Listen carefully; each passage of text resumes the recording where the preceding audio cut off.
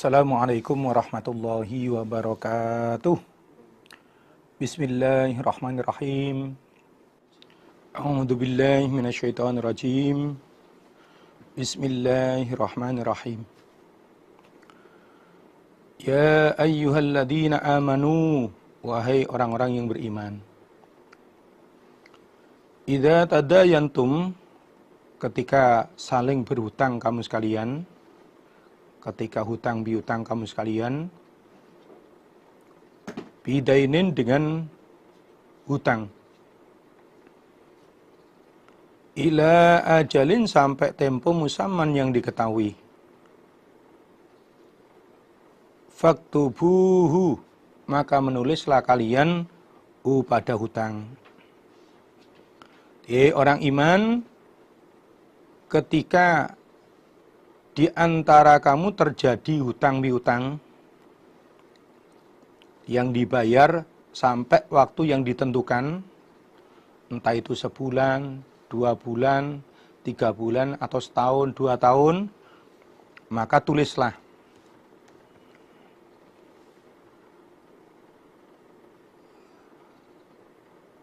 Supaya di kemudian hari, ketika ada permasalahan, bisa mudah diselesaikan. Wal yaktub, dan hendaklah menulis, bainakum, di antara kamu sekalian orang iman, sopo katibun, juru tulis, menulis bila adli, dengan adil. Ketika terjadi hutang piutang di antara kamu sekalian orang iman yang dibayar sampai waktu yang ditentukan, maka hendaklah ada seorang juru tulis yang menulis di antara kalian dengan adil.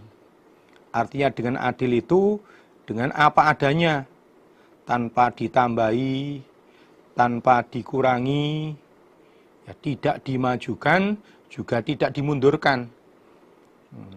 Jadi umpama hutangnya 1 juta, ya ditulis 1 juta. Tidak dikurangi nolnya, juga tidak ditambahi nolnya. Kalau perjanjiannya itu bayarnya 1 bulan, ya ditulis 1 bulan. Tidak ditulis hanya 2 minggu. Atau juga tidak ditulis kemudian jadi 3 bulan, tidak. Itu namanya dengan adil. Nah, seperti itu. Tugasnya juru tulis, menulis hutang piutang di antara kalian dengan adil, dengan apa adanya. Wala ya'ba, dan janganlah menolak, sopo katibun, juru tulis, ayyaktuba, bahwa menulis sopo katib, kama allamahu, sebagaimana mengajari pada katib sopo Allahu Allah. Dan janganlah juru tulis menolak untuk menulis sebagaimana yang telah diajarkan oleh Allah. Artinya sebagaimana yang disyariatkan dan diperintahkan oleh Allah. Kalau nulis ya harus jujur, tidak boleh ditambahi, tidak boleh dikurangi, nggak boleh tidak sesuai dengan keputusan atau kesepakatan yang disepakati oleh dua pihak, baik pihak yang hutang maupun yang menghutangi. Falyaktub, maka hendaklah menulis sapa katib, wal yumlil, dan hendaklah membaca sopo alladzi, orang, wal yumlil, dan hendaklah membaca sopo alladzi, orang, alaihi, berat atas ladzi, al-haqu, hak, artinya orang yang berhutang. Wal yattaqi, dan hendaklah bertakwa sopo katib, Allah, pada Allah, Rabbahu, Tuhannya katib.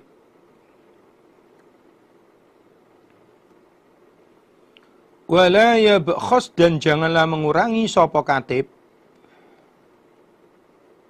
minhu, dari hak, syai'an, pada sesuatu.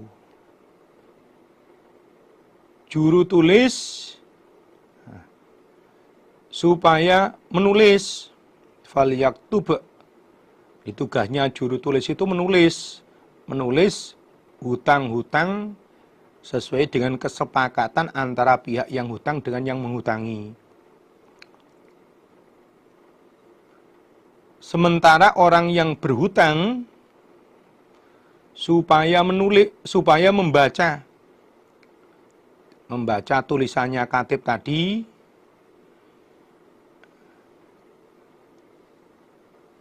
nah, juru tulis di dalam menulis hutang-hutang itu supaya takut kepada Allah. Jangan mengurangi hutang itu sedikit pun. Meskipun juru tulisnya itu mungkin masih kerabatnya, masih kenalannya orang yang hutang, di dalam menulis hutang ya supaya takut pada Allah. Jangan sampai ngurangi hutang itu sedikit pun. Bisa telah ditulis oleh katib, kemudian orang yang hutang membaca tulisannya itu sudah benar apa belum. Si katib di dalam menulis hutang itu supaya bertakwa kepada Allah, supaya takut pada Allah. Jangan sampai ngurangi hutang itu sedikit pun. Umpama hutangnya 1 juta, ya ditulis 1 juta. Tidak dikurangi nolnya sehingga tinggal 100.000, tidak. Yang pertama. Yang kedua, wala yaktub, dan jangan fal yaktub, maka hendaklah menulis sapa katib, wal yumlil, dan hendaklah mendikte, hendaklah membaca, maksudnya mendikte, sapa alladzi, orang, alaihi, berat atas ladzi, al-haqu, hak, maksudnya orang yang berhutang. Wal yattaqi, dan hendaklah takut sapa ladzi, orang yang hutang, Allah, pada Allah, rabbahu, Tuhannya ladzi. Wala yabkhas, dan janganlah mengurangi sapa ladzi, minhu, dari hak, syai'an, pada sesuatu. Juru tulis supaya menulis transaksi hutang yang dilakukan oleh orang yang punya harta dengan orang yang hutang.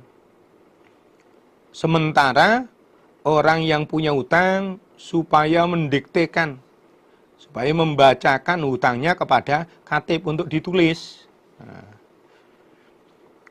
di dalam membacakan hutangnya kepada katib, orang yang punya hutang itu supaya takut kepada Allah. Jangan ngurangi sedikit pun dari hutangnya.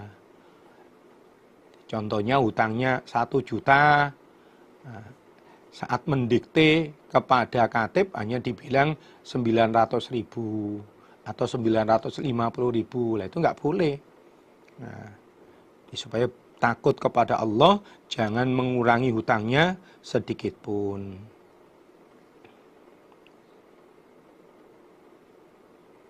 Ini tugasnya katib menulis. Kewajibannya orang yang hutang membacakan hutangnya kepada katib untuk ditulis. Di dalam membaca supaya takut pada Allah, nggak boleh ngurangi sedikit pun.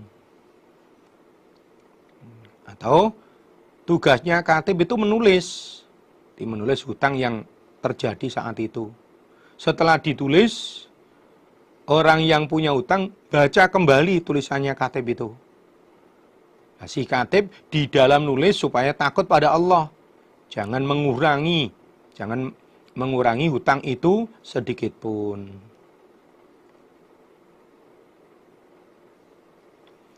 Fa in kana, maka jika ada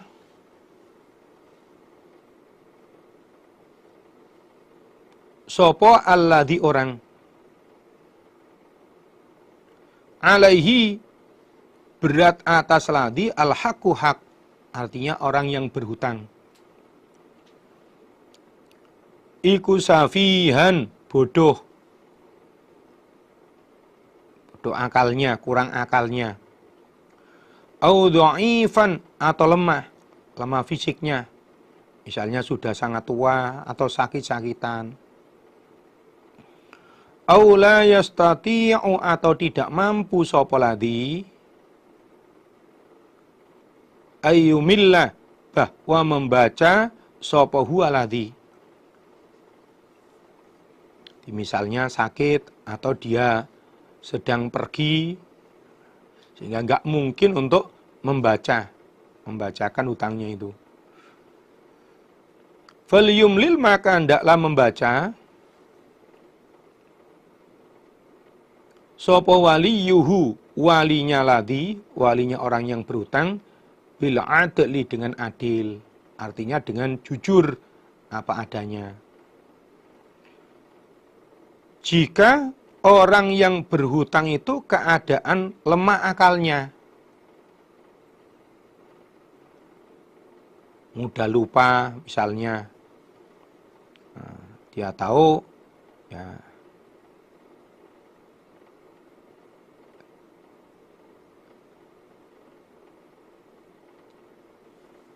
jika orang yang berhutang itu keadaannya bodoh, kurang akalnya, atau lemah fisiknya, misalnya sudah tua atau sakit-sakitan, atau dia sudah tidak mampu untuk membaca hutangnya, dia nggak mampu untuk baca tulisan katib, mungkin karena tadi itu, karena kondisinya sakit, atau dia sudah lupa terus, atau mungkin bepergian, sehingga nggak mungkin untuk membaca apa yang ditulis oleh katib. Maka walinya orang yang berhutang itu, keluarganya orang yang berhutang itu, supaya membaca hutang tersebut dengan jujur apa adanya. Nggak boleh dikurangi, juga nggak boleh ditambahi, atau dirubah, nggak boleh. Jadi di atas kan disebutkan bahwa orang yang berhutang itu punya kewajiban untuk membaca hutangnya kepada katib, atau setelah ditulis katib dibaca lagi. Nah, kalau ternyata orang yang hutang itu keadaan akalnya kurang,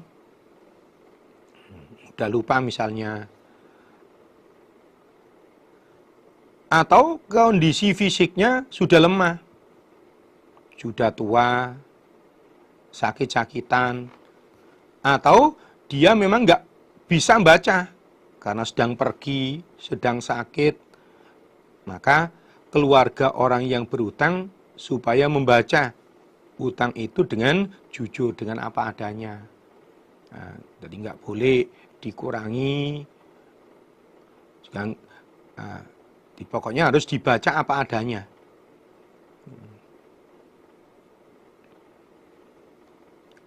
Wastashhidu, dan mempersaksikanlah kamu sekalian.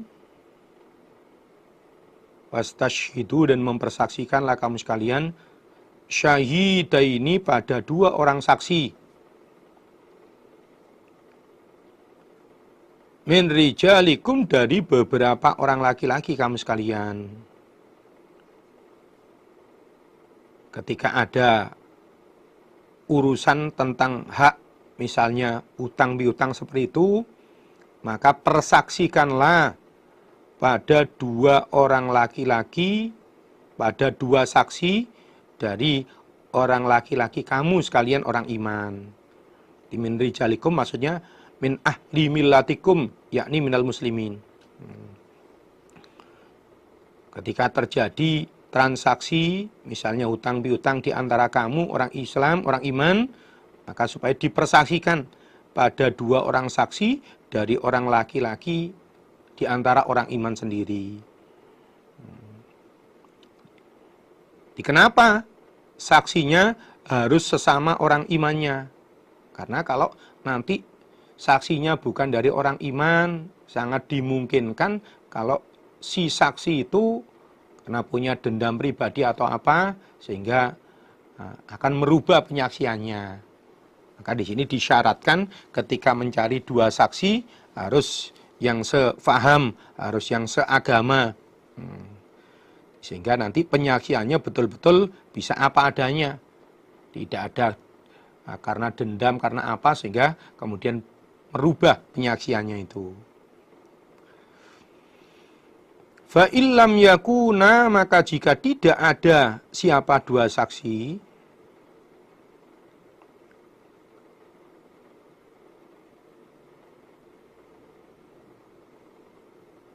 iku rajulaini, dua orang laki-laki. Farajulun, maka satu orang laki-laki, wamro'atani, dan dua orang perempuan. Farajulun, maka seorang laki-laki, wamro'atani, dan dua orang perempuan. Mimman, dari orang, tarodawna, yang ridho kamu sekalian, yang senang kamu sekalian orang yang bertransaksi, rupane minasyuhada'i, dari beberapa saksi. Maksudnya, saksinya itu dicarikan dari orang yang kamu senangi, yang kamu saksikan masalah kefahaman agamanya, masalah keamanahannya, dan syarat-syarat yang lain yang harus dimiliki oleh seorang saksi. Jika dua orang saksi itu ternyata tidak ada dua orang laki-laki, maka boleh satu orang laki-laki dan dua orang perempuan. Tapi tetap harus dari orang-orang yang kamu ridhoi, yang kamu saksikan masalah kefahaman agamanya, masalah keamanahannya, kejujurannya. Di depan diterangkan bahwa saksinya harus dua orang laki-laki. Kalau ternyata tidak ada dua orang laki-laki, maka boleh satu orang laki-laki dan dua orang perempuan. Dari saksi-saksi yang kamu senangi, masalah kefahaman agamanya, masalah keamanahannya. Sehingga nanti ketika menyaksikan itu tidak diragukan lagi. Karena orangnya paham agama, nggak mungkin akan menyaksikan yang nggak pas. Dan juga amanat, sehingga nggak mungkin kalau dia khianat. Adanya saksi harus dua, tujuannya antadilla, bahwa lupa sopo ihdahuma, salah satu dua saksi, fatudzakkira, maka mengingatkan, lalu mengingatkan sopo ihdahuma, salah satu dua saksi, al-ukhra, kepada yang lain. Adanya aturan saksi dalam masalah utang piutang ini harus dua orang laki-laki. Tujuannya supaya ketika salah satu di antara dua saksi itu ada yang lupa, maka yang lain bisa mengingatkan. Kalau hanya satu misalnya terus lupa, ya sudah, nggak ada yang mengingatkan lagi. Jadi kalau dua orang, ketika yang satu lupa, bisa yang lain mengingatkan. Ketika yang satu salah, yang lain bisa membenarkan.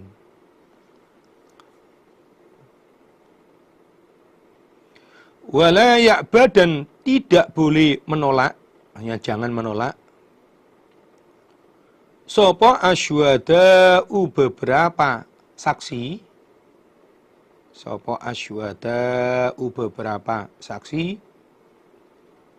Idza ma du'u, ketika dipanggil mereka syuhada.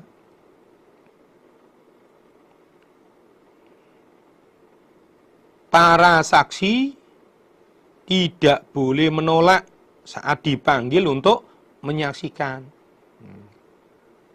Karena ketika dijadikan saksi sudah mau, berarti harus siap dengan segala risikonya. Nah, maka sewaktu-waktu dipanggil untuk menyaksikan sesuatu ya dia harus siap, nggak boleh menolak.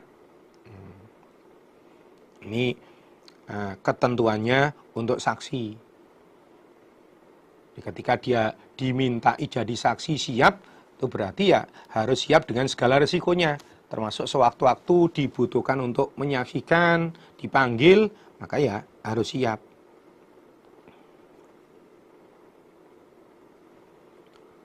Wala tas'amu, dan janganlah bosan kamu sekalian antak tubuhu, bahwa menulis kalian hu pada utang sohiron, pada yang kecil, artinya yang sedikit, au kabiron, atau yang besar, maksudnya yang banyak, ila ajalih, sampai temponya hutang. Kamu sekalian orang iman, janganlah bosan untuk menulis hutang-hutangmu yang sudah kamu sepakati sampai waktu yang sudah ditentukan. Nah, baik hutang itu sedikit ataupun hutang itu banyak. Jadi ketika terjadi hutang piutang di antara kamu sekalian orang iman, baik utangnya itu sedikit ataupun banyak, nah, karena di atas sudah dijelaskan bahwa Allah membuat aturan ketika terjadi hutang piutang yang dibayar sampai waktu yang tertentu maka harus ditulis. Maka kamu jangan bosan untuk menulis hutang-hutangmu itu, baik hutang itu sedikit ataupun hutang itu banyak. Tapi kalau terlalu sedikit banget, dan itu ya nggak perlu ditulis mungkin. Yang perlu ditulis ya terutama hutang-hutang yang besar, karena nanti ketika terjadi perselisihan, itu kaitannya kan dengan haknya orang lain yang banyak. Nah, ya biasanya yang perlu sekali ditulis yang begitu itu. Tapi di dalam ayat ini juga dijelaskan, baik utangnya itu sedikit ataupun banyak ya sebaiknya tetap ditulis. Zalikum, adapun demikian itu kalau terjadi utang piutang supaya ditulis. Iku kok satu lebih adil indallahi, di sisi Allah.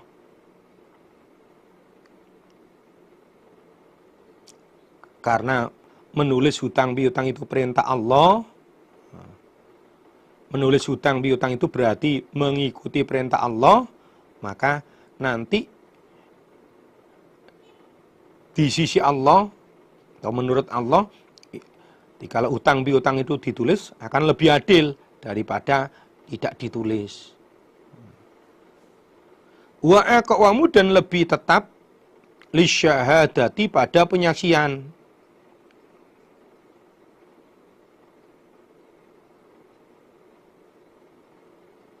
Artinya kalau ada catatannya nanti bisa lebih mengingatkan kepada persaksian. Umpama suatu saat kemudian terjadi masalah, dengan adanya catatan, dengan adanya tulisan itu, bisa mengingatkan kembali. Oh, ini berdasarkan tulisannya tanggal sekian, hutangnya itu sekian, jatuh temponya itu bulan sekian. Nah, dengan adanya tulisan maka lebih menetapkan kepada penyaksian. Artinya nanti sewaktu-waktu kalau ada masalah, bisa menjadi saksi, bisa menjadi bukti. Wa adna, dan lebih dekat Allah tartabu, bahwa tidak ragu-ragu kamu sekalian. Begitu pula kalau hutang piutang itu ditulis,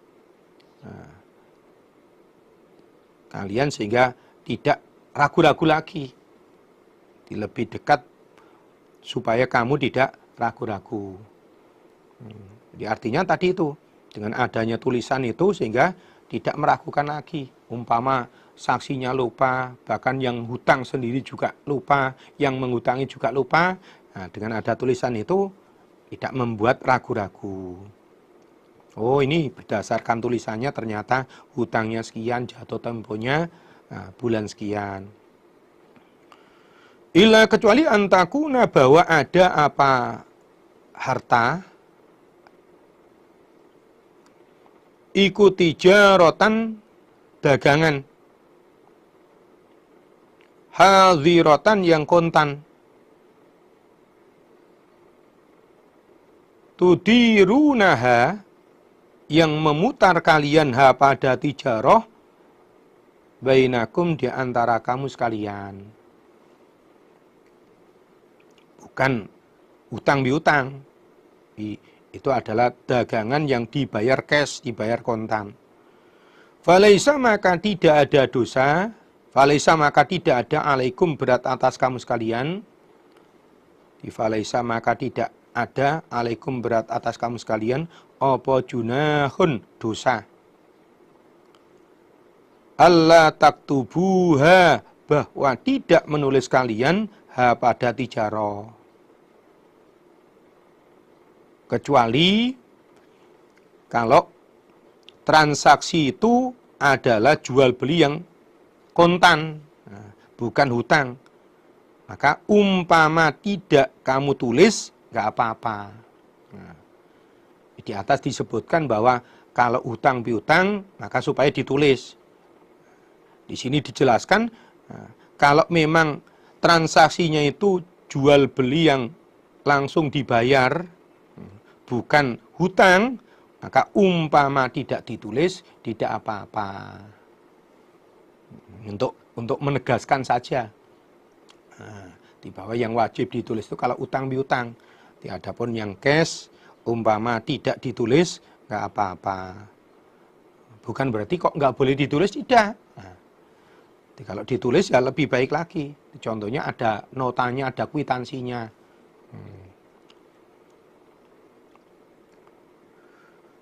Wa asyidu dan mempersaksikanlah kamu sekalian idza tabayatum ketika jual beli kamu sekalian. Ketika di antara kamu orang iman terjadi transaksi jual beli, maka persaksikanlah. Di sini tidak menyebutkan tentang hutang apa tidak. Pokoknya jual beli, mau jual belinya itu kontan atau cash, harus dipersaksikan. Nah, maka ini mansuh. Sebagai nasihatnya, ayat berikutnya, ayat 283, fa'in amina ba'dukum ba'dun falyu'addil ladzi tumina amanatahu wal yattaqillaha rabbah. Kalau memang sebagian kamu, artinya orang yang punya uang, percaya pada sebagian yang lain, maksudnya orang yang berutang, umpama tidak ditulis nggak apa-apa. Yang penting orang yang utang mau membayar hutangnya. Di wa asyidu idza tabayatum ini mansuh nasanya ayat 283. Fa in amina ba'dukum ba'dun falyu'addil ladzi tumina amanatahu wal yattaqillaha rabbah. Wala yudharra dan tidak boleh diberatkan sapa katibun juru tulis. Wala dan tidak sapa syahidun saksi. Baik juru tulis maupun saksi tidak boleh diberatkan. Di depan tadi disampaikan juru tulis karena sudah siap dari awal untuk menjadi juru tulis, maka sewaktu-waktu dipanggil untuk nulis harus siap. Baik utangnya sedikit maupun banyak tetap harus ditulis. Karena di depan sudah disampaikan baik juru tulis maupun saksi itu punya kewajiban masing-masing. Yang juru tulis punya kewajiban untuk menulis apa adanya. Yang saksi sewaktu-waktu dipanggil harus datang. Maka juru tulis ataupun saksi tidak boleh diberatkan.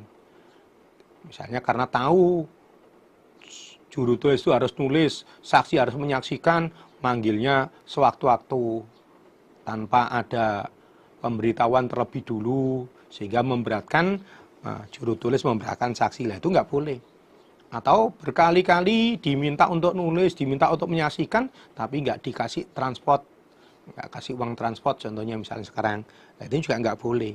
Nah, sudah dibantu ya supaya disyukuri itu, jangan kemudian semena-mena. Nah, di juru tulis kan harus nulis, kenapa dulu mau, nah, nggak boleh begitu, ya tetap harus dipikirkan. Nah, ini waktunya pas longgar apa enggak. Nah, wa in taf'alu, dan jika mengerjakan kamu sekalian, mengerjakan apa yang dilarang untukmu, contohnya nggak boleh memberatkan saksi, nggak boleh memberatkan juru tulis, kok mengerjakan. Fa innahu, maka sunya kelakuan iku fusukun fasek, sapa bikum kamu sekalian. Jika kalian mengerjakan kemadorotan yang dilarang untukmu, contohnya nggak boleh memberatkan juru tulis, nggak boleh memberatkan saksi, kok ternyata memberatkan, maka berarti kamu itu orang yang fasik, orang yang melanggar. Fasik itu kan yakhrujuna anit ta'ah, keluar dari ketaatan. Nah, jadi kalau sengaja memberatkan saksi, sengaja memberatkan katib, maka berarti dosa. Kamu fasik berarti itu. Wattaqu, dan bertakwalah kalian, takutlah kalian, orang iman, Allah, pada Allah. Jauhilah apa-apa yang menjadikan madorot, ya, apa-apa yang dilarang oleh Allah. Wa yu'allimukum, dan akan mengajari pada kamu sekalian, sapa Allahu Allah. Ya orang iman, takutlah kalian kepada Allah di dalam masalah-masalah yang Allah melarang untuk kamu kerjakan. Contohnya memberatkan pada juru tulis, memberatkan pada saksi, nah itu jangan kamu kerjakan. Nanti Allah akan mengajari padamu tentang kebenaran dari perkara-perkara dunia. Nah, ini termasuk perkara masalah hutang piutang ini. Hutang piutang tadi di depan disampaikan, di hutang piutang itu harus ditulis, kemudian harus ada saksinya. Nah, lalu nanti setelah ini, nah, sebaiknya juga ada jaminannya. Nah, wallahu, adapun Allah, bikulli syai'in, dengan tiap-tiap sesuatu, iku alimun, maha tahu, dan Allah maha mengetahui terhadap segala sesuatu, termasuk apa-apa yang kamu kerjakan. Nah, baik urusan ibadah maupun urusan yang lain, termasuk utang piutang, itu diketahui oleh Allah. Maka hati-hatilah, takutlah kepada Allah. Wa in kuntum, dan jika ada kamu sekalian, orang iman, iku ala safarin, keadaan bepergian, kemudian terjadi transaksi, walam tajidu, dan tidak menjumpai kamu sekalian, katiban, pada juru tulis untuk menulis transaksi yang terjadi di antara kamu, misalnya hutang. Farihanun, maka jaminan, gadaian, maka budotun, yang digenggam. Jika kamu sekalian orang iman dalam keadaan bepergian, kemudian terjadi transaksi di antara kamu, misalnya membutuhkan uang sehingga perlu hutang, dan kamu tidak menjumpai saksi, maka bisa memberikan jaminan kepada orang yang punya uang. Farihanun maqbudah, supaya orang yang mempunyai uang yang menghutangi itu tidak was-was, tidak khawatir, nanti misalnya uangnya nggak kembali, maka orang yang hutang bisa memberikan jaminan yang diserahkan kepada orang yang punya uang. Sehingga yang punya uang bisa percaya, bisa yakin. Kalau nanti hutangnya itu, uang yang dihutangkan itu mesti kembali. Pol-polnya agak kembali, kan ada barang jaminan yang nanti bisa dijual. Nah, kalau ternyata setelah dijual ada lebihnya, maka dikembalikan lagi pada yang punya jaminan itu, dikembalikan pada orang yang hutang. Meskipun ayat ini menerangkan bahwa jika kamu dalam bepergian, lalu terjadi seperti itu, nggak ada juru tulis, boleh diberi jaminan yang diserahkan pada orang yang punya uang. Bukan berarti ayat ini hanya berlaku untuk orang musafir saja. Nah, tapi ayat ini juga berlaku untuk orang yang mukim, orang yang di rumah. Meskipun keadaannya tidak bepergian, kemudian terjadi transaksi utang piutang misalnya, terus nggak ada juru tulis, maka bisa orang yang hutang itu memberikan barang jaminan kepada orang yang menghutangi. Fa in amina, maka jika percaya sapa ba'dukum, sebagian kamu sekalian, artinya orang yang punya uang, ba'dhon, pada sebagian yang lain, artinya orang yang akan hutang, falyu'addi, maka hendaklah mendatangkan sapa alladzi, orang uktumina, yang dipercaya sapa ladzi, artinya orang yang punya hutang, supaya mendatangkan amanatahu, pada amanatnya ladzi. Waliyattaqi, dan hendaklah takut dia ladzi, Allah, pada Allah, rabbahu, Tuhannya ladzi. Jika sebagian kamu orang iman percaya pada sebagian yang lain, artinya orang yang punya uang percaya pada orang yang akan hutang, lalu tanpa ditulis, tanpa saksi, tanpa barang jaminan, maka ya boleh saja. Hanya saja orang yang dipercaya, orang yang berhutang, supaya mendatangkan amanatnya, mendatangkan hutangnya. Kalau sudah dipercaya, tanpa ditulis, tanpa saksi, tanpa barang jaminan, nah, tetap orang yang punya uang itu percaya mau menghutangi, maka orang yang hutang ya supaya membayar hutangnya, dan supaya takut kepada Allah. Ya, artinya ya, kalau hutangnya itu sudah jatuh tempo, ya supaya segera dibayar. Jangan ditunda-tunda, apalagi kemudian membantah, nggak ngaku. Nah, ini jangan sampai. Wala taktumu, dan janganlah menyembunyikan kamu sekalian asyhadata, pada penyaksian. Sebagai seorang saksi yang sudah dipercaya, maka jangan sampai menyembunyikan penyaksian. Misalnya tidak ngakui. Nah, ini nggak boleh. Atau yang dimaksud wala taktumu syahadah itu ya ketika kamu sudah dipercaya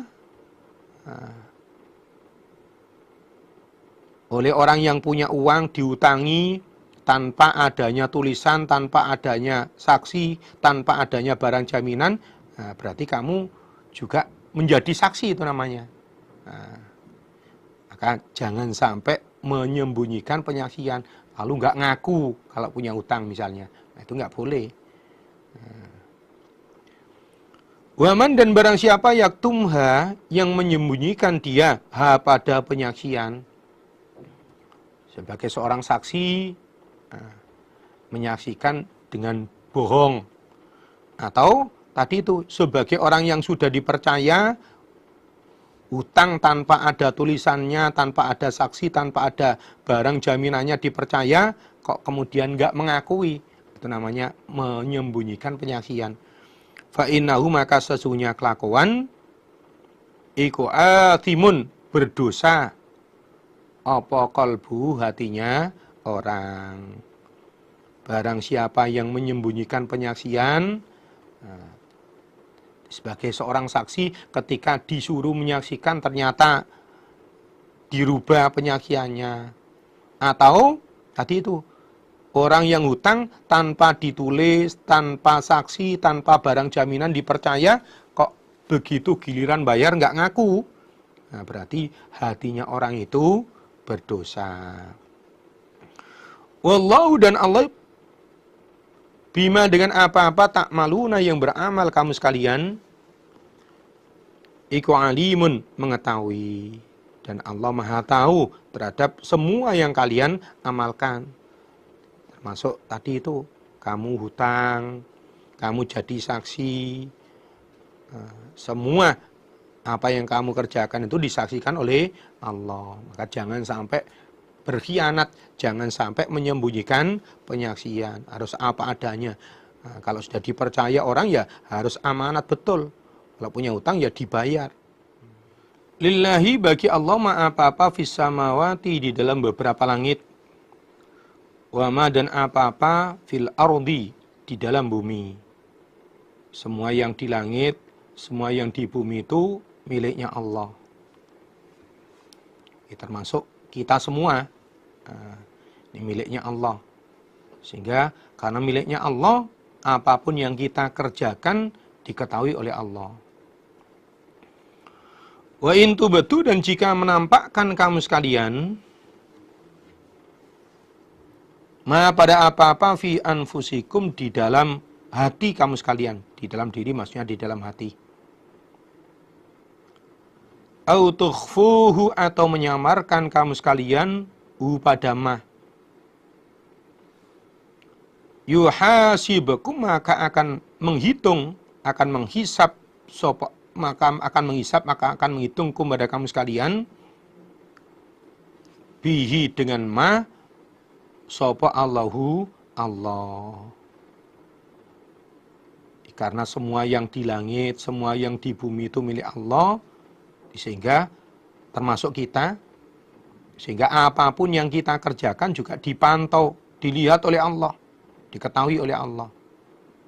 Nah, maka jika kamu menampakkan apa yang ada di dalam hatimu,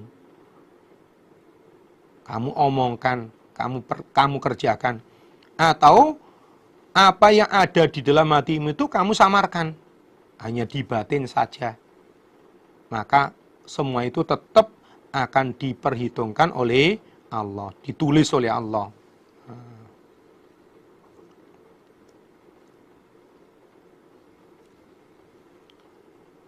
Fayaghfiru maka mengampuni sapa Allah liman pada orang yasya'u yang menghendaki sapa Allah. Wa yu'adzibu dan akan menyiksa sapa Allah man pada orang yasya'u yang menghendaki sapa Allah. Setelah semua yang kamu tampakkan ataupun yang kamu samarkan akan dihisap oleh Allah, diperhitungkan oleh Allah, lalu Allah akan mengampuni orang-orang yang dikehendaki dan Allah juga akan menyiksa, artinya enggak mengampuni orang-orang yang dikehendaki. Sehingga setelah turunnya ayat ini, para sahabat merasa berat, sebab sesuatu yang baru diangan-angan pun sudah ditulis oleh Allah. Contohnya berangan-angan tentang hal-hal yang jelek, baru angan-angan belum diomong apalagi dikerjakan, sudah ditulis oleh Allah. Sehingga para sahabat pun merasa berat dengan keadaan ini. Lalu para sahabat mengaturkan masalah itu kepada Nabi. Kemudian Allah menurunkan ayat berikutnya, ayat 286, la yukallifullahu nafsan illa wus'aha laha ma kasabat wa 'alaiha maktasabat. Bahwa Allah tidak memaksa diri, tidak membebani diri kecuali sakpol kemampuannya. Bisa seorang mendapat pahala dari apa yang kebaikan-kebaikan yang dikerjakan. Dan seseorang juga berhak mendapat dosa dari kejelekan-kejelekan yang dikerjakan. Nah, kalau baru diangen-angen kok sudah ditulis kan berat itu. Nah, lalu turun ayat 286 sebagai nasihatnya. Nanti ayat ini mansuh. Wa in tubtu ma fi anfusikum aw tukhfu yuhasibukum billah fayaghfiru liman yasha wa yu'adzibu man yasha, itu mansuh. Nasihatnya ayat 286. Nah, di bawah Allah tidak memaksa, tidak membebani seseorang kecuali sakpol kemampuannya. Yang ditulis adalah yang sudah dikerjakan, baik itu perbuatan yang baik ataupun perbuatan yang jelek. Adapun yang masih diangen-angen belum ditulis. Itu dijelaskan di dalam hadis Tirmidzi, lamma nazalat hadil ayah, ketika turunnya ayat ini, in tubtu ma fi anfusikum aw tukhfuhu yuhasibukum billah al ayah ahzanat. Nah, setelah turunnya ayat ini, kami para sahabat merasa berat. Qala qulna yuhaddithu ahaduna nafsahu fayuhasabu bihi la nadri ma yufaru minhu wala wa ma la yufaru minhu. Kemudian para sahabat lapor pada nabi-nabi, salah satu kami baru angen-angen di dalam hatinya sudah diperhitungkan, sudah ditulis oleh Allah. Sehingga kami nggak ngerti. Kalau begitu, yang diampuni yang mana, yang nggak diampuni yang mana, nggak ngerti. Baru diangen-angen saja sudah ditulis. Wa nazalat adil ayah ba'daha fanasakhatha. Rupanya ayat la yukallifullahu nafsan illa wusaha. Setelah itu turunlah ayat berikutnya, la yukallifullahu nafsan illa wusaha laha ma kasabat wa 'alaiha maktasabat, sebagai nasihnya ayat ini. Nah, berarti wa in tubtu ma fi anfusikum aw tukhfu yuhasibukum billah fayaghfiru liman yasha wa yu'adzibu man yasha, itu mansuh. Nasihnya ayat 286. Wallahu, adapun Allah ala kulli syai'in, atas segala sesuatu iku qadirun, kuasa. Dan Allah berkuasa terhadap segala sesuatu, termasuk mengampuni orang-orang iman, orang-orang yang mau tobat, menyiksa orang-orang kafir, orang-orang yang enggak mau tobat, Allah juga kuasa. Amana, telah beriman sapa ar-rasulu, utusan nabi, bima, pada apa-apa, unjila, yang diturunkan apa-ma, ilaihi, pada rasul.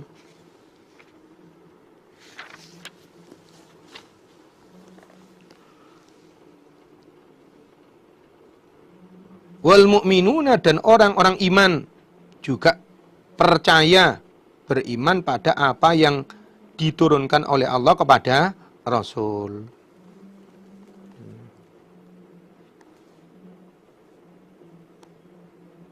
Setelah di surat Al-Baqarah ini diterangkan bab kewajiban sholat, kewajiban zakat, kewajiban puasa, haji, diterangkan bab tolak, bab sumpah ilah, bab khed, bab jihad, bab kisos, atau cerita-cerita Nabi ya. Di bab cerita-cerita Nabi,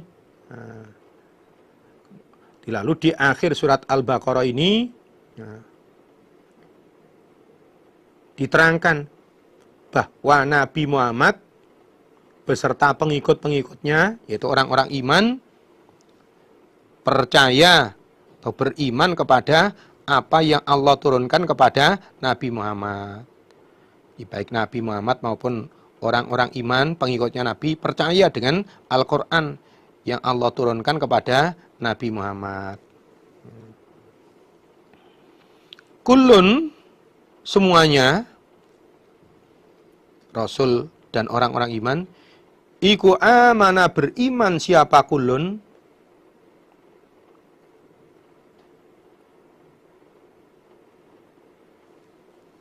atau kullun, semuanya orang-orang iman ya. Iku amana beriman siapa kulun billahi kepada Allah. Wa malaikatihi dan pada beberapa malaikatnya Allah. Wa kutubihi dan pada beberapa kitabnya Allah. Wa rusulihi dan pada beberapa utusan Allah.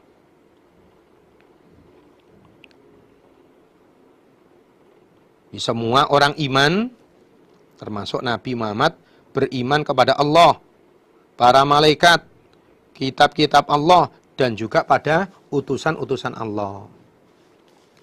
Di prakteknya iman pada Allah itu mengimani bahwa Allah itu esa. Allah itu maha esa, nggak ada sekutu baginya, nggak ada bandingannya. Nah, juga mengimani asma-asma Allah, juga sifat-sifat Allah. Dan iman percaya bahwa Allah itu kuasa terhadap segala sesuatu. Nah, itu praktek iman pada Allah. Adapun iman kepada malaikat adalah mengimani wujudnya malaikat, bahwa malaikat itu ada. Mengimani, mempercayai bahwa malaikat itu orang yang terjaga, orang yang disucikan. Di bawah malaikat itu yang menjadi perantara di tengah-tengah antara Allah dengan utusannya. Itu iman pada malaikat. Adapun iman pada kitab-kitab yaitu mengimani bahwa kitab-kitab itu diturunkan dari sisi Allah. Bahwa kitab-kitab itu adalah wahyunya Allah. Tanpa ragu sedikit pun. Adapun iman pada Rasul itu percaya bahwa Rasul-Rasul itu adalah utusan Allah kepada hambanya. Orang-orang yang dipercaya oleh Allah untuk diberi wahyu. Dan Rasul-Rasul itu juga orang yang terjaga. Kemudian juga percaya mengimani bahwa Rasul-Rasul itu adalah polnya makhluk. Sebagian di antara Rasul itu diberi kelebihan oleh Allah melebihi yang lain. Itu prakteknya iman pada Rasul seperti itu. Nabi dan orang-orang iman itu percaya pada Allah, para malaikat, kitab-kitab Allah, dan juga utusan-utusan Allah. La nufarriqu, tidak memisahkan kami, membedakan kami, orang-orang iman, baina ahadin, di antara seorang pun min rusuli, dari beberapa utusan Allah. Dan kami, katanya orang iman, tidak membedakan seorang pun di antara utusan Allah. Berbeda dengan orang-orang Yahudi, orang-orang Nasrani. Nah, kalau orang-orang zaman dulu seperti orang Yahudi, mereka hanya percaya dengan Rasulnya. Tidak mau percaya dengan Rasul yang lain. Seperti orang Yahudi hanya percaya pada Nabi Musa. Dengan Nabi Isa nggak percaya, dengan Nabi Muhammad juga nggak percaya. Begitu pula orang-orang Nasrani. Mereka hanya mempercayai Nabi Isa. Nggak percaya dengan Nabi Musa, juga nggak percaya dengan Nabi Muhammad. Tapi Nabi Muhammad dan orang-orang iman pengikutnya tidak membedakan di antara seorang pun dari Rasul-Rasul Allah. Di baik Nabi Muhammad ataupun Rasul-Rasul sebelumnya, semuanya dipercaya. Dia hanya percaya di sini tidak berarti mengikuti syariatnya. Dipercaya bahwa itu utusan Allah. Itu orang yang dipercaya oleh Allah untuk meramut, untuk memimpin pada kaumnya. Adapun masalah syariat, kalau sama dengan syariatnya Nabi ya diteruskan, kalau tidak sama dimansuh. Wa qalu, dan berkata mereka orang-orang iman, sami'na, mendengarkan kami pada firman-Mu ya Allah. Wa ata'na, dan taat kami terhadap perintah-perintah-Mu ya Allah. Oleh karena itu, ghufranaka, kami minta pada pengampunan-Mu. Nas'aluka ghufranaka, kami minta pada pengampunan-Mu. Rabbana, wahai Tuhan kami. Wa ilaika, dan padamu al-masiru, tempat kembali. Lalu orang-orang iman berkata bahwa ya Allah, kami dengarkan firman-Mu, kami taati perintah-perintahmu, maka ampunilah kami ya Allah. Dan akhirnya nanti kami semua akan kembali padamu ya Allah. Jadi kalau di dalam surat Al-Fatihah diterangkan, ihdinas siratal mustaqim siratal ladzina an'amta 'alaihim ghairil maghdubi 'alaihim waladdallin. Amin. Nah, di situ diterangkan bahwa kita berdoa pada Allah, ya Allah tunjukkanlah kami agamamu yang benar. Itu jalannya atau agamanya orang-orang yang kau beri nikmat, bukan jalannya orang yang dimurkai, maksudnya orang Yahudi, juga bukan jalannya orang-orang yang sesat, maksudnya orang Nasrani. Sehingga setelah surat Al-Fatihah itu, di surat Al-Baqarah banyak menerangkan tentang keadaannya orang-orang Yahudi. Termasuk di situ diterangkan bahwa orang Yahudi hanya mengakui Nabi Musa, tidak mau mengakui Nabi Isa, juga tidak mau mengakui Nabi Muhammad. Begitu pula nanti di surat Ali Imran banyak diterangkan tentang keadaan-keadaan orang Nasrani. Yang orang Nasrani juga seperti itu. Mereka hanya mengakui Nabi Isa, tidak mengakui Nabi Musa, juga tidak mengakui Nabi Muhammad. Nah, sementara Nabi Muhammad dan kaumnya, orang-orang iman, mempercayai, mengimani kepada semua Rasul. Di kullun amana billahi wa malaikati wa kutubihi wa rusuli. Di bawah Nabi dan orang-orang iman itu mempercayai, mengimani semua Nabi. Tidak ada seorang pun di antara Nabi yang dibedakan. Jadi kalau masalah diimani sebagai utusan Allah, hamba Allah semuanya. Berbeda dengan umat-umat yang lain. Nah, ini termasuk kelebihan yang diberikan oleh Allah pada umatnya Nabi Muhammad dibanding umat-umat yang lain. La yukallifu, tidak memaksa, tidak membebani sapa Allah nafsan pada diri ila kecuali wus'aha, pada sakpol kekuatannya nafas. Allah tidak memaksa seseorang, tidak membebani seseorang mengerjakan peraturan kecuali sakpol kemampuannya. Maksudnya, laha manfaat bagi nafas, apa-apa kasabat yang telah mengerjakan sopan nafas, wa alaiha, dan berat atas nafas, apa-apa iktasabat yang telah mengerjakan sopan nafas. Maksudnya Allah tidak memaksa seseorang mengerjakan sesuatu di luar kemampuannya itu ya. Artinya yang ditulis baik. Nanti kalau amal itu baik maka ditulis baik, kalau amal itu jelek baru ditulis jelek. Adapun yang masih diangan-angan dalam hati, masih di batin, belum dicatat kalau itu jelek nanti ya. Jadi amalan yang baik ditulis baik, amalan yang jelek baru ditulis jelek. Adapun yang masih diangan-angan dalam hati, belum dikerjakan, kalau itu kejelekan, belum ditulis oleh Allah. Rabbana, wahai Tuhan kami, la tu'akhidna, janganlah menyiksa engkau pada kami. Inna sina, jika lupa kami, au akhtokna, atau tersalahkan kami. Salah tapi yang enggak sengaja. Oleh karena itu ya Allah, ketika kami lupa atau ketika kami salah yang enggak sengaja, maka jangan ditulis kemudian engkau menyiksa pada kami.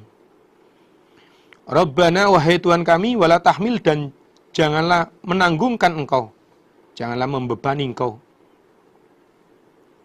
alaina, atas kami, isron, pada beban yang berat, kama hamal tahu, sebagaimana membebani engkau, memberi tanggungan engkau Allah, pada isron, alal ladina, berat atas orang-orang, min qablina, dari sebelum kami. Ya Allah, janganlah kau bebani kami dengan beban yang berat, yang kami tidak kuat menanggungnya. Seperti beban berat yang telah kau tanggungkan, yang telah kau bebankan pada orang-orang sebelum kami. Misalnya, orang-orang sebelum Nabi dan Nabi-Nabi sebelum Nabi dan umatnya tidak halal untuk memanfaatkan jarahan. Kalau ada jarahan harus dikumpulkan, kemudian nanti ada api yang datang membakar. Kalau orang zaman dulu ketika pakaiannya atau apa kena najis harus digunting. Nah, itu kan berat itu. Nah, kami jangan diberi tanggungan, diberi beban yang seperti itu.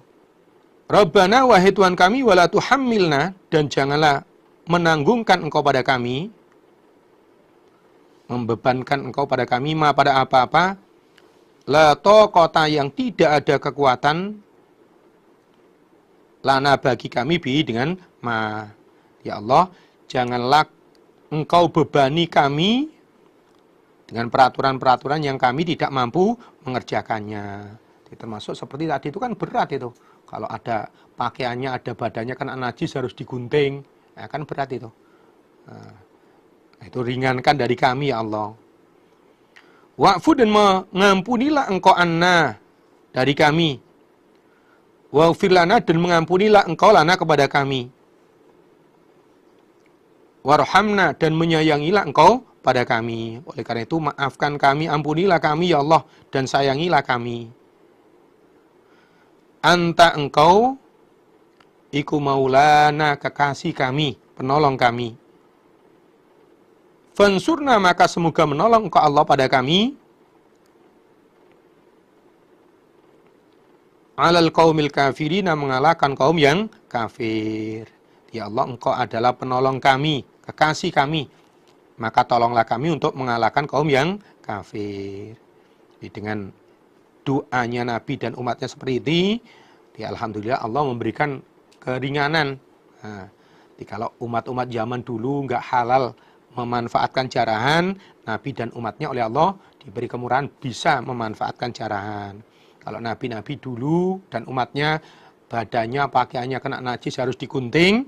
Nah, untuk kita umatnya Nabi Muhammad tidak perlu begitu, cukup disucikan. Nah, untuk akhir dari surat Al-Baqarah ini memang ada beberapa keutamaannya. Disebutkan dalam hadis Tirmidzi, an Ibnu Mas'ud Al-Ansari qala Rasulullah sallallahu alaihi wasallam, man qara'al ayataini min akhir suratil Baqarah fi lailatin kafatahu. Dikata Nabi, barang siapa membaca 2 ayat dari akhir surat Al-Baqarah ini di waktu malam, maka 2 ayat itu akan mencukupi kepada orang itu. Atau di hadis yang lain, Ani Nu'man bin Bashir ani Nabi sallallahu alaihi wasallam qol innallaha kataba kitaban qabla ay yakhluqas samawati wal ard bi alfai amin. Allah sudah menulis kitab qadar makhluk 2000 tahun sebelum Allah menciptakan langit dan bumi. Wa anzala minhu ayataini khutima biha suratul Baqarah. Dan Allah menurunkan di dalam kitab itu, dalam Lauhil Mahfuz itu 2 ayat yang menjadi penutupnya surat Al-Baqarah. Wala yuqra'ani fi darin thalatha layalin fayaqrabuha syaitonun. Ketika 2 ayat dari akhir surat Baqarah ini dibaca di dalam rumah selama 3 hari berturut-turut, maka setan tidak berani mendekat. Nah, ini beberapa keutamaan dari akhir surat Baqarah 2 ayat ini. Bismillahirrahmanirrahim. Suratu Ali Imran Madaniyah. Alif Lam Mim. Ayat mutasyabihat. Wa ma ya'lamu ta'wilahu ilallah. Di Alif Lam Mim termasuk ayat mutasyabihat. Tidak ada yang tahu arti yang sebenarnya Alif Lam Mim ini kecuali Allah. Allahu adapun Allah, iku la ilaha, tidak ada Tuhan yang berhak disembah illa huwa, kecuali Dia Allah. Al-Hayyu, yang maha hidup.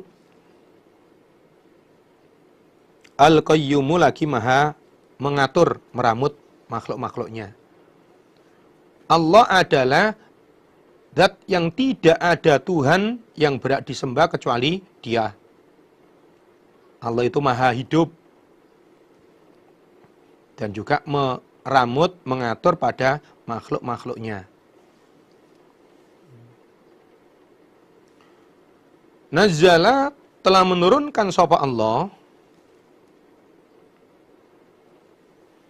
alaika atas engkau Muhammad alkitab pada kitab Al-Qur'an bil haqqi dengan hak, dengan benar.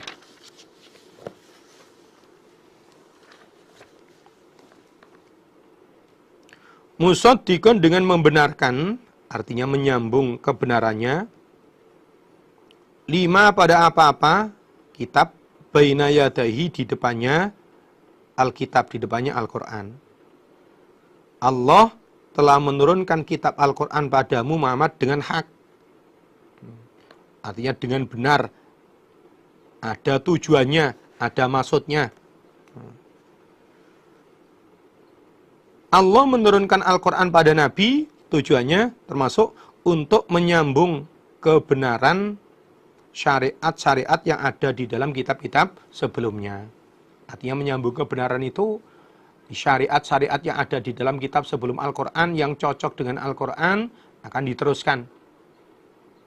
Adapun yang tidak cocok, tidak relevan, akan dimansuh dengan Al-Quran.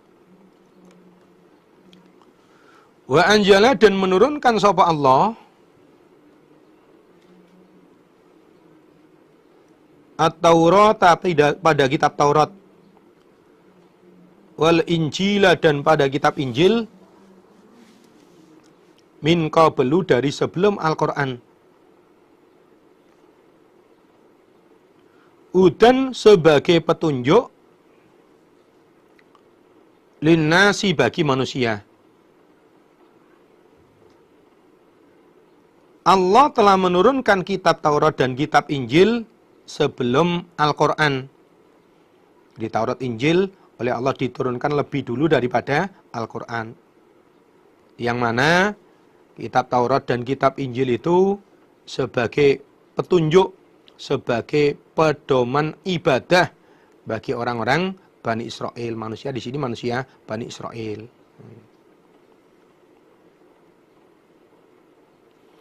Wa anjala dan telah menurunkan sapa Allah Al-Furqana pada pemisah. Dan Allah juga telah menurunkan pemisah. Artinya pemisah antara hak batal, antara dosa pahala, halal haram. Maksudnya Al-Furqan ini adalah kitab Taurat, kitab Injil, dan juga kitab Al-Quran. Di semua itu yang menurunkan Allah. Dan ayat ini juga menjelaskan bahwa baik Taurat, Injil maupun Al-Quran itu semua adalah kitab yang menjadi pemisah antara hak batal, halal haram, dosa pahala. Innalladzina sesungguhnya orang-orang kafaru yang mengkufuri mereka bi ayatillah pada beberapa ayat Allah. Lahum bagi mereka orang-orang kafir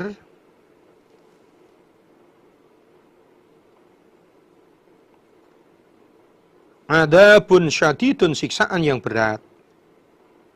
Sesungguhnya orang-orang yang mengkufuri ayat-ayat Allah nanti di akhiratnya diancam akan mendapatkan siksaan yang berat. Jadi artinya setelah diturunkannya kitab-kitab oleh Allah, Taurat, Injil maupun Quran, kok ada orang yang nggak percaya dengan kitab-kitab, dengan ayat-ayat yang Allah turunkan itu, maka nanti di akhirat oleh Allah akan diancam dengan siksaan yang berat, yaitu neraka. Wallahu adapun Allah iku azizun maha perkasa, duntiqamin lagi memiliki siksa terhadap orang-orang kafir, orang-orang yang tidak mau bertobat. Innallaha sungguhnya Allah iku la yakhfa tidak samar alaihi atas Allah apa syai'un sesuatu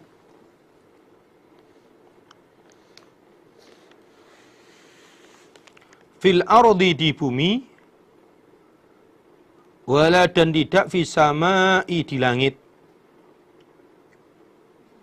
Sesungguhnya tidak ada sesuatu di bumi ataupun di langit yang tidak diketahui oleh Allah, yang samar bagi Allah. Artinya semua yang di langit, semua yang di bumi itu diketahui oleh Allah. Tidak ada satupun yang luput dari pengawasan Allah. Ya, apapun yang dikerjakan, apapun keadaannya, semua dilihat oleh Allah, diketahui oleh Allah. Termasuk siapa-siapa yang iman, siapa-siapa yang kafir, yang tidak mau percaya dengan ayat-ayat Allah, Allah juga tahu. Gitu.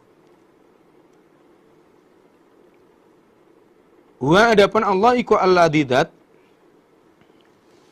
yusawwirukum yang memberi rupa sapa dzatkum pada kamu sekalian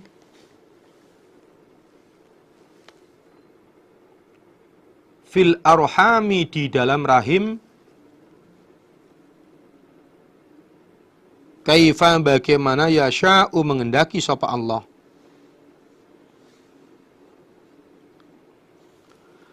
Allah adalah zat yang telah memberi bentuk pada kamu sekalian manusia saat masih berada di dalam rahim sesuai kehendak Allah. Diterangkan bahwa saat kita di dalam rahim ibu kita umur 40 hari, di waktu itu berbentuk segumpal darah. Kemudian 40 hari berikutnya segumpal daging. Lalu Allah ngutus kepada malaikat untuk menuliskan 4 hal, yaitu rizki, ajal, amal. Yang keempat, tergolong orang yang celaka atau orang yang untung, akan menjadi ahli surga atau ahli neraka. Setelah itu kemudian Allah meniupkan roh ke dalam segumpal daging itu. Maka setelah itu ya orang akan beramal di dunia sesuai dengan catatan yang dituliskan oleh malaikat saat itu. Kalau memang dia calon ahli surga, maka selama hidup di dunia akan mengamalkan amalan-amalan ahli surga. Sebaliknya, kalau waktu di dalam rahim itu oleh malaikat ditulis akan menjadi ahli neraka, maka selama hidupnya di dunia ya akan mengamalkan amalan-amalan ahli neraka. Termasuk setelah diceritani seperti itu, para sahabat kemudian tanya pada Nabi, Nabi, kalau orang sudah jelas ada takdirnya akan menjadi ahli surga atau menjadi ahli neraka, untuk apa kita beramal? Kan diem saja, kalau calonnya ahli surga ya masuk surga. Diem saja, kalau calonnya ahli neraka ya masuk neraka. Jadi nggak perlu beramal. Kata Nabi, tidak begitu. Bahwa setiap orang akan dimudahkan kepada jalannya sendiri-sendiri. Dilikullin muyassarun lima khuliqalah. Bagi tiap-tiap orang akan dimudahkan pada jalannya. Kalau memang takdirnya menjadi ahli surga, ya ndelalah. Diajak beramal yang baik, diajak untuk menjauhi pelanggaran kemaksiatan itu merasa mudah. Kalau orang itu memang takdirnya calon ahli neraka, ya ndelalah. Selama hidup di dunia, diajak beramal yang baik, diajak untuk menjauhi pelanggaran kemaksiatan itu akan merasa berat. La ilaha, tidak ada Tuhan yang berhak disembah illa huwa kecuali Allah.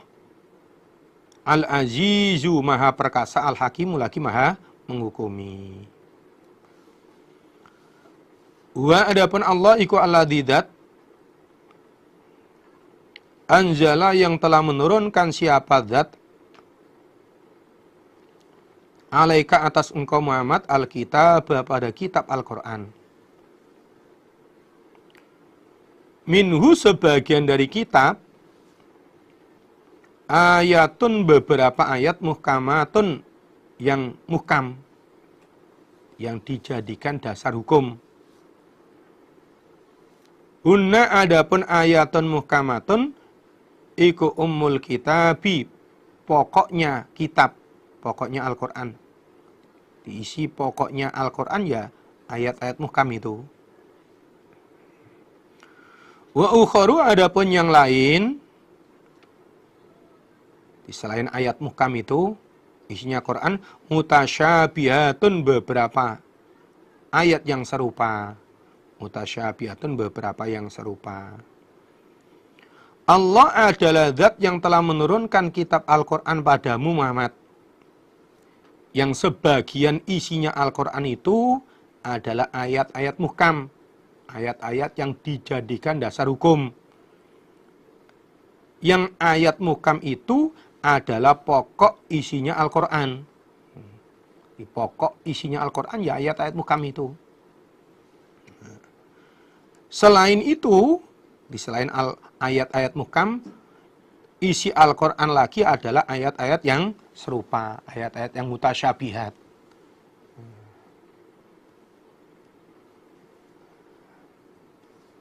Ayat mutasyabihat sendiri terbagi jadi dua. Yang pertama, ada ayat mutasyabihat yang bisa ditakwil, bisa diartikan. Contohnya tentang sejarah nabi-nabi zaman dulu. Di dalam surat A diceritakan, nanti di surat B, di surat C diceritakan kembali. Contohnya tentang cerita Nabi Adam. Di surat Al-Baqarah awal-awal diceritakan, nanti di surat Al-A'raf ada cerita lagi tentang Nabi Adam. Ini juga namanya ayat mutasyabihat. Tetapi bisa ditakwil, bisa diketahui arti sebenarnya. Yang pertama. Yang kedua, ada juga ayat mutasyabihat itu yang tidak bisa ditakwil. Wa ma ya'lamu ta'wilahu ilallah. Tidak ada yang mengetahui arti sebenarnya ayat mutasyabihat yang ini kecuali Allah. Contohnya beberapa kalimat yang ada di awal surat. Seperti contohnya tadi itu alif lam mim. Itu termasuk ayat mutasyabihat yang tidak bisa ditakwil, tidak bisa diketahui arti yang sebenarnya. Atau cerita-cerita tentang zaman nanti setelah mati, cerita-cerita tentang hari kiamat, tentang keadaan di akhirat. Di surat A dijelaskan, nanti di surat yang lain juga dijelaskan. Tapi kapan kiamat itu terjadi, gak ada yang tahu. Fa'ammal ladina, maka adapun orang-orang fi kulubihim, yang di dalam hati mereka zaigun, menyimpang. Orang-orang yang hatinya menyimpang dari kebenaran. Fayattabi'una, maka mengikuti mereka ma, pada apa-apa, tasyabaha, yang serupa apa-apa, minhu, dari kitab.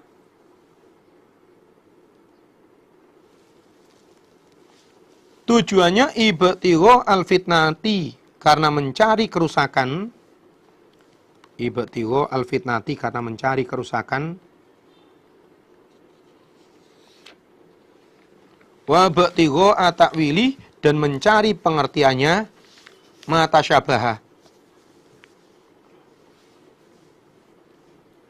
Adapun orang-orang yang hatinya menyimpang dari kebenaran, orang-orang munafik, mereka akan selalu berusaha untuk mengartikan ayat mutasyabihat dengan tujuan untuk mencari fitnah, mencari kerusakan, berbuat kerusakan, dan juga untuk mencari arti sebenarnya dari ayat mutasyabihat itu.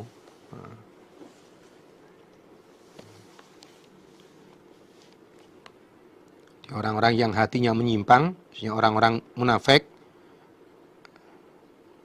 mereka akan selalu berusaha untuk mencari pengertian sesungguhnya dari ayat mutasyabihat itu, dengan tujuan untuk membuat fitnah, berbuat kerusakan, dan juga untuk mencari arti yang sebenarnya tentang ayat-ayat mutasyabihat itu. Wa ma ya'lamu, dan tidak mengetahui ta'wilahu, pada pengertiannya mata syabaha, bukti nyatanya mata syabaha, sapa ilallah, kecuali Allah. Padahal yang tahu arti sebenarnya, bukti nyatanya ayat-ayat mutasyabihat itu hanya Allah, nggak ada yang lain. Tapi orang-orang yang di dalam hatinya menyimpang, orang-orang munafik selalu berusaha untuk mencari tahu ya apa pengertian sebenarnya ayat mutasyabihat itu, dengan tujuan untuk berbuat fitnah, berbuat kerusakan. Warrasikhuna, adapun orang-orang yang ngerti fil ilmi, di dalam ilmu, para ulama menanggapi ayat mutasyabihat itu, yaquluna, berkata mereka ar-rasikhun, amanna, beriman kami bi pada matasyabaha. Kullun, semuanya, matasyabaha ataupun ayatun mukamatun iku min indi rabbina, dari sisi Tuhan kami. Kalau orang-orang yang hatinya nyimpang selalu berusaha untuk mencari tahu arti sebenarnya ayat mutasyabihat dengan tujuan untuk berbuat kerusakan.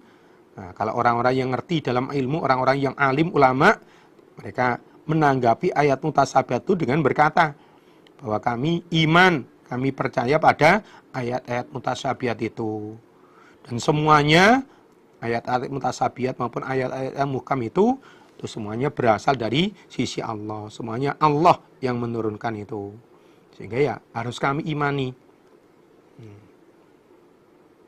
Wa ma yadzakaru, dan tidak mengambil peringatan sapa ila ulul albabi, kecuali orang-orang yang memiliki akal. Dan yang bisa mengambil peringatan, yang bisa menjadikan peringatan, hanya orang-orang yang berakal. Kalau orang iman, adanya ayat-ayat mutasyabihat itu bisa dijadikan sebagai nasihat, sebagai peringatan, sehingga makin menambah keimanannya, makin menambah kefahamannya. Rabbana, wahai Tuhan kami, la tuzigh, janganlah menyimpangkan engkau. La tuzigh, janganlah menyimpangkan engkau. Qulubana, pada beberapa hati kami, ba'da id hadaitana, setelah menunjukkan engkau, setelahnya memberikan petunjuk engkau, pada kami. Wahab, dan semoga memberi engkau Allah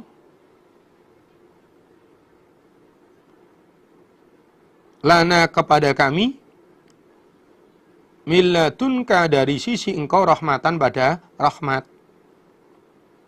Orang-orang yang mengerti tentang ilmu, para ulama, selalu berdoa pada Allah, ya Allah, janganlah kau simpangkan hati kami setelah engkau memberikan hidayah kepada kami. Setelah kami, engkau berikan petunjuk, berikan hidayah, jangan kau simpangkan hati kami, ya Allah. Dan berikanlah rahmat kepada kami dari sisimu. Wahab lana min ladunka rahmatan, dan berikanlah kami rahmat dari sisimu. Innaka, sungguhnya engkau Allah,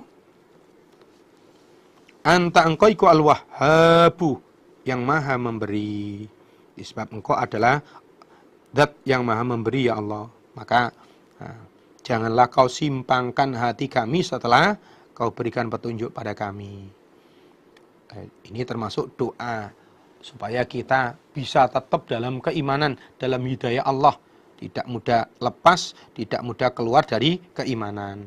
Berdoa ini seperti yang doanya orang-orang yang ngerti, orang-orang yang faham di dalam keilmuan. Rabbana, wahai Tuhan kami, innaka, sungguhnya engkau iku jami'un nas, zat yang mengumpulkan manusia. Liyaumin, pada hari, la raiba, tidak ada keraguan, la raiba, tidak ada keraguan, fihi, di dalam hari. Ya Allah, engkau adalah zat yang mengumpulkan semua manusia pada hari kiamat, yang hari kiamat itu tidak diragukan kedatangannya. Hari kiamat itu meskipun kapan terjadinya belum jelas, tapi pasti datang. Innama huwa atin qaribun. Kalau dalam hadits dikatakan, yang dikatakan sesuatu yang dekat itu adalah yang pasti datang. Termasuk kiamat itu, meskipun kita nggak tahu kiamat itu kapan terjadinya, nah, kalau pasti datangnya itu namanya dekat. Maka kita supaya mempersiapkan diri kita untuk menghadapi itu dengan banyak beramal, mentertibkan diri kita dalam menetapi kewajiban-kewajiban ibadah pada Allah, tertib ngajinya, tertib beramalnya, tertib pembelaannya, kemudian tertib di dalam mengikuti acara-acara amrin jami, kemudian juga mentertibkan ketaatan kita, baik taat pada Allah, pada Rasul maupun kepada ulil amri. Lalu menjaga diri kita jangan sampai melanggar. Pelanggaran sekecil apapun kita jauhi, kita hindari, dengan harapan nanti sewaktu-waktu kita dipanggil oleh Allah, kita mati di hadapan Allah nanti, saat amal kita dibalas oleh Allah, kita mendapatkan balasan amal yang baik, yang banyak, sehingga bisa meningkatkan derajat surga kita. Selain berdoa ini, berdoa Rabbana la tuzigh qulubana ba'da idh hadaitana wa hab lana min ladunka rahmatan innaka antal wahhab, dalam rangka penjagaan keimanan kita, kita juga perlu usaha yang lain. Karena apa? Di dalam sebuah riwayat hadis Rasulullah SAW menerangkan bahwa hatinya anak Adam itu berada di antara dua jari Allah. Keimanannya anak Adam itu berada di antara dua jari Allah. Kalau Allah menghendaki menetapkan ya bisa tetap. Kalau Allah menghendaki melepas, ya tinggal merenggangkan, sudah lepas. Nah, maka kita juga supaya berusaha untuk menjaga keimanan kita.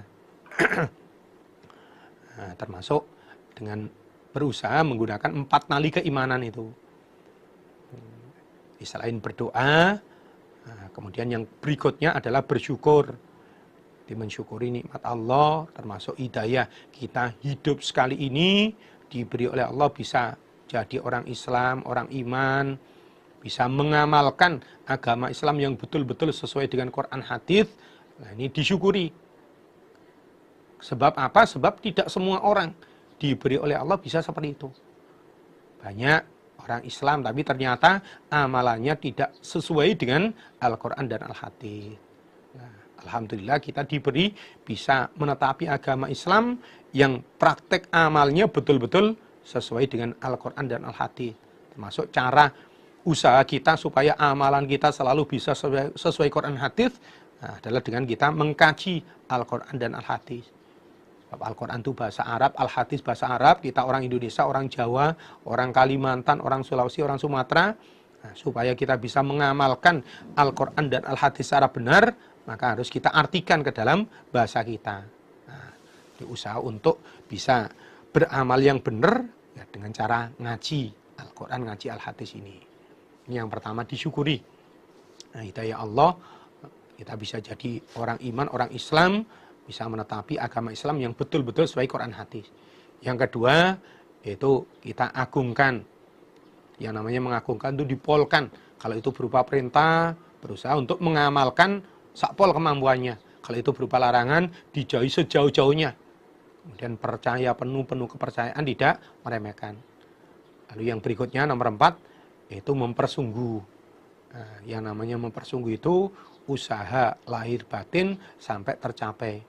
Janjinya Allah, walladzina jahadu fina lanahdiyanahum subulana, dan orang-orang yang mempersungguh di dalam jalan kami Allah, maka pasti kami akan menunjukkan jalan, akan dimudahkan oleh Allah. Nah, itu usaha-usaha untuk penjagaan keimanan kita selain berdoa, nah, kemudian disyukuri, diagungkan, dan juga dipersungguh. Mudah-mudahan Allah senantiasa menetapkan kita dalam hidayahnya sampai pol ajal mati kita bisa tetap dalam keimanan, dalam menetapi Islam yang betul-betul berdasarkan Quran hadis ini, sehingga apa yang menjadi tujuan kita, cita-cita kita untuk berhasil masuk surga selamat dari neraka betul-betul tercapai. Amin. Innallaha, sesungguhnya Allah iku la yukhlifu, tidak menyelisih sapa Allah al-mi'ada, pada beberapa janji. Sesungguhnya Allah tidak menyelisih janjinya. Di apa yang dijanjikan Allah menjanjikan kalau orang itu taat Allah Rasul akan dimasukkan surga, ya betul.